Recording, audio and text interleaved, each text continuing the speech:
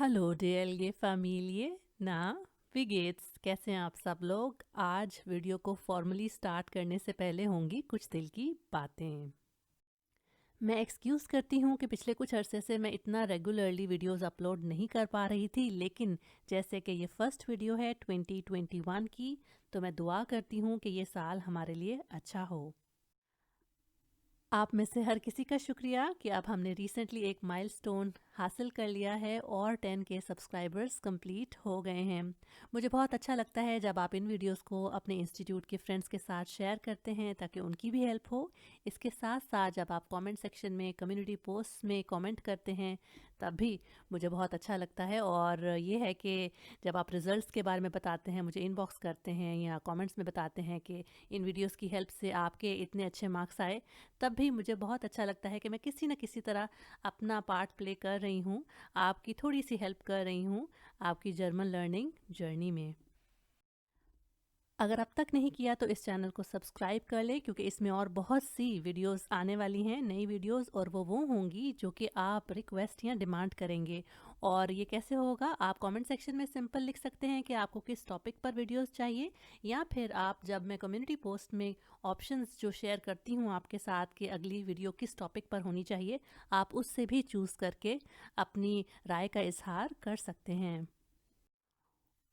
और अगर आपने किसी भी ग्रामर टॉपिक पर प्रैक्टिस करनी है या फिर किसी एग्ज़ाम की क्वेश्चन की तैयारी करने के लिए टिप्स लेनी है, तो आप DLG गोज़ लाइव को भी सब्सक्राइब कर सकते हैं। और इसमें हम जल्दी ही लाइव आएंगे और आपसे डिस्कस करेंगे, आपसे क्वेश्चन में या जो भी आपका टॉपिक डिफ़िकल्ट आपको लगता है उसके बारे में हम बात भी करेंगे।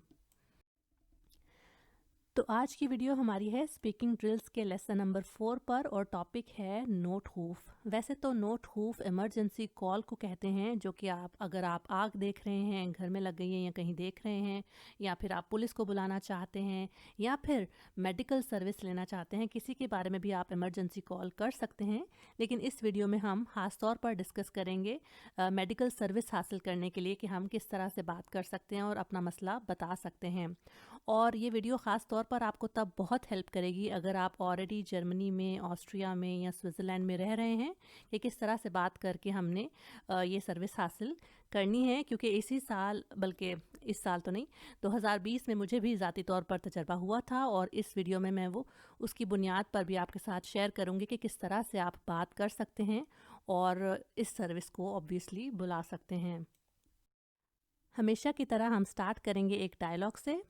नोट आर्ट्स कहते हैं इमरजेंसी डॉक्टर को, और डॉक्टर की सर्विस हासिल करने के लिए हम जर्मनी में मिलाते हैं आइंस आइंस स्वाई, और ये आपके मोबाइल में सेव होता है नंबर, और चाहे जहाँ से भी आप इसको डायल करेंगे, मोबाइल से या अपने लैंडलाइन नंबर से, ये हमेशा फ्री कॉल होती है। तो आपने ये नंबर डायल कर दिया है, आगे से आवाज़ आती है, Rettungsleitstelle Kiel, wie kann ich Ihnen helfen? रेटुंग्सलाइट्सटेले कहते हैं रेस्क्यू का हेड ऑफिस या कंट्रोल रूम ना। तो मैं आपकी किस तरह से मदद कर सकता हूँ?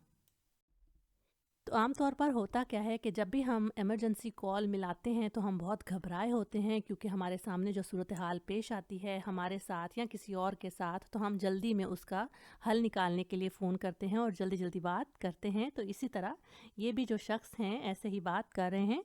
गुडन टाग, mein Name ist Ali Kamal. Bitte schicken Sie schnell einen Krankenwagen. Meine Freundin hat starke Kopfschmerzen und sie kann nicht atmen. तो इसने इतनी जल्दी बात की है कि जल्दी से प्लीज़ एक एम्बुलेंस भेजें, क्योंकि मेरी दोस्त को बहुत शदीद सर में दर्द हो रहा है और वो सांस भी नहीं ले पा रही। Wie ist Ihr Name? Sprechen Sie bitte langsam. Kamal ist mein Nachname. Kamal. Okay, Herr Kamal. Wie ist die Adresse? Delhi-Straße 2, 42000, 6. Etage. Seit wann hat sie Atmungsprobleme? कब से हैं उसको सांस लेने में मसला? Seit circa 10 Minuten. Wie ist der Name der Patienten und ist sie ansprechbar? कि नाम क्या है पेशेंट का और क्या वो बात कर पा रही है, होश में है, वो आपकी बातें सुन पा रही है, आपको जवाब दे पा रही है, इसके बारे में हम कहते हैं ansprechbar. Ihr Name ist Vidya Kumar und sie ist ansprechbar. तो इस डायलॉग में अब तक हमने helfen, schicken, atmen, sein, haben, können, sprechen verbs इस्तेमाल किए हैं. अब देखते हैं कि आगे क्या बात होती है. Könnten Sie mir bitte Ihr Geburtsdatum sagen? 10.10.1990. Wie ist Ihre Hauptfarbe? उसकी स्किन का रंग क्या है? जब मुझे ये सवाल पूछा ना उस बंदे ने तो मैं हैरान हुई और फिर मैंने क्लियर करने के लिए कि आप कहना क्या चाह रहे हैं ये पूछा. Was meinen Sie genau damit? Ich meine, ob sie rot oder blau aussieht, कि क्या वो लाल या नीली तो नहीं दिख रही. Nein, ihre Hauptfarbe ist ganz normal. Okay, Herr Kamal, der Rettungswagen ist unterwegs und kommt in 15 Minuten. Ihr Name Kumar soll auf der Klingel stehen, richtig? कि जो रेस्क्यू की गाड़ी है वो रास्ते में है और 15 मिनट में पहुंच रही है और उसका जो नाम है वो बेल पर लिखा हुआ है. ये कंफर्म करते हैं वो लोग ना. Ja, Vidya Kumar steht auf der Klingel. Die letzte Frage, wie ist Ihre Telefonnummer? Die ist 0100 321 44 987. Okay, vielen Dank. और इस पार्ट में हमने sagen, meinen, aussehen. Aussehen होता है दिखना, कि कोई चीज़ कैसी दिख रही है ना. Zum Beispiel, du siehst sehr glücklich aus. तुम तो बहुत खुश दिख रही हो. Du siehst sehr traurig aus. Oder er sieht ganz toll aus. Sie sieht ganz schön aus. इस तरह से आप इसको यूज़ करते हैं तोड़कर. Kommen, sollen और stehen भी हमने देखा. अब हम दो मुख्तलिफ सिचुएशंस के लिए कुछ सेंटेंसेस देख लेते हैं कि कैसे अपनी बात बतानी है कि क्या मसला हुआ है. कभी कभी लाइट स्टेले वाले इस तरह का सवाल भी पूछते हैं. Welche Erkrankungen liegen vor?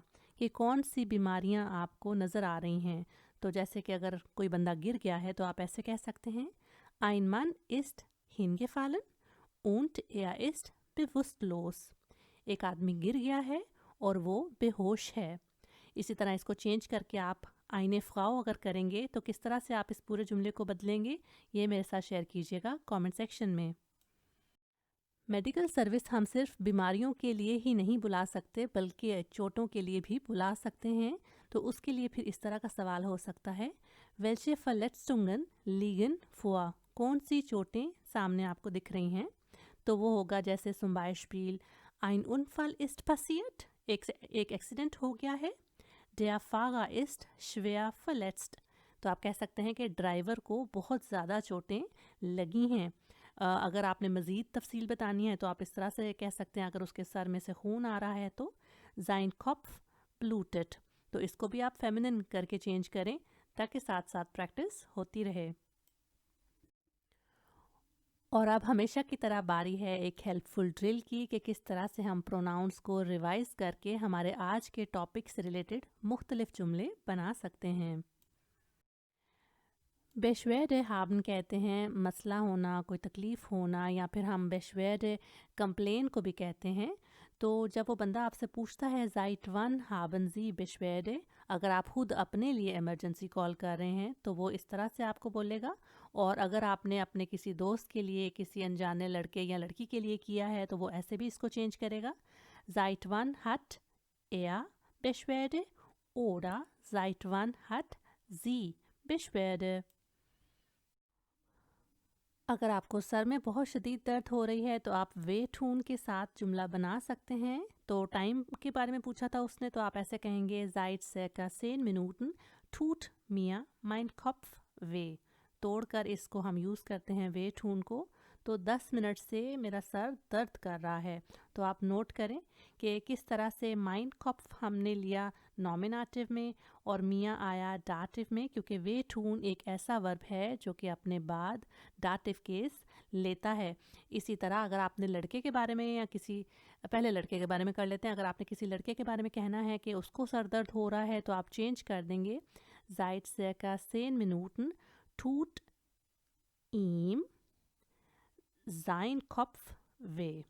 लड़की के लिए हो जाएगा seit circa 10 Minuten tut ihr। आगे एक और ia आएगा और ये किस तरह आएगा ये आपने मुझे बताना है, क्योंकि पोजेसिव, थोड़ा सा हिंट, पोजेसिव जो लड़की का होता है उसकी क्या फॉर्म होती है। अगर ये आप सोचेंगे और याद करके रखेंगे तो इस तरह के बहुत से जुमले आप खुद से बना सकते हैं।